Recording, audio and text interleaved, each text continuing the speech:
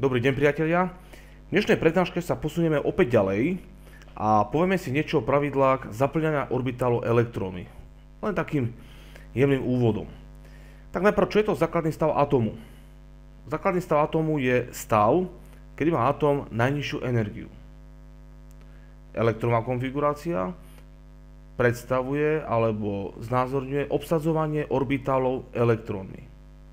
No a elektrónovú konfiguráciu každého atómu v základnom stave možno určiť na základe troch základných pravidiel.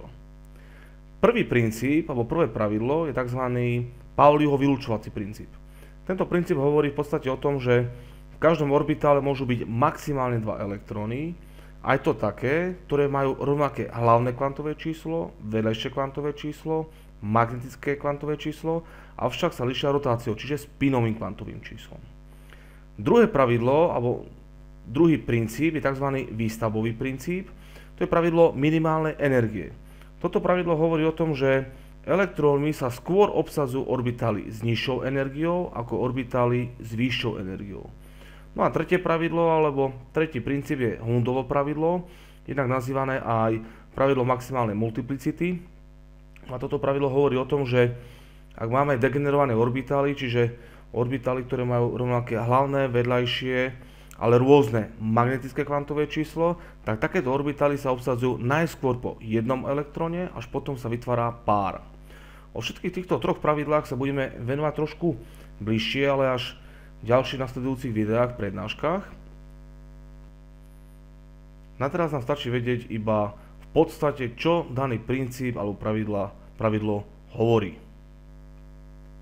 Ešte si povieme v dnešnom videu, čo je to valenčná vrstva, valenčné elektróny a valenčné orbitály.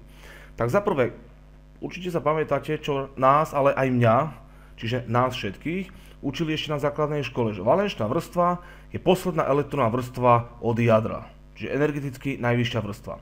No, pravda je taká, že je to pravda, aj nie je to pravda. Tak za prvé, pravda to je, čiže valenčná vrstva je naozaj tá posledná, iba pre prvky S a P prvky. Takzvané neprechodné prvky. Tu naozaj platí, že ich posledná elektronová vrstva je zároveň valenčnou. Avšak pre D prvky a F prvky tu už neplatí. Len pre zaujímavosť, pre D prvky je valenčná vrstva dvojvrstva, posledná, predposledná, čiže je to n-tá vrstva, n-1 vrstva.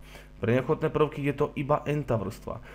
F prvky, tzv. Lantanoidy a aktinoidy, alebo vnútorne prechodné prvky, majú valenčnú vrstvu zloženú z troch vrstiev, z nt vrstvy, Sn- prvej a z n- druhej.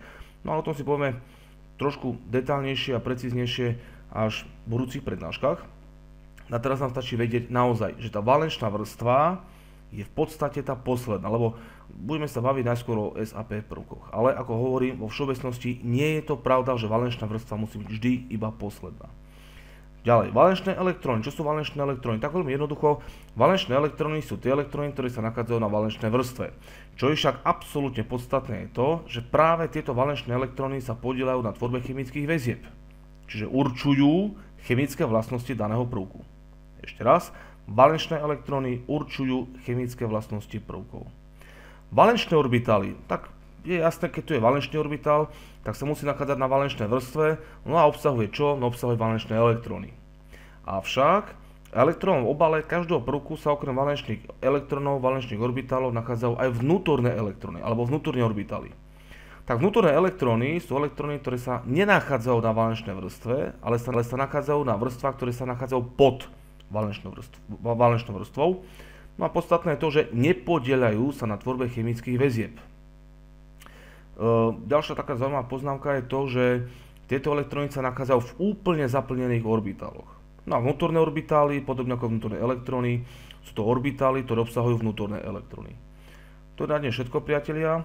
Budúci týždeň začneme Pauliho vylúčovací princíp, ale skôr sa zameriame detálnejšie na elektrónovú konfiguráciu, na tzv. Výstavbový princíp.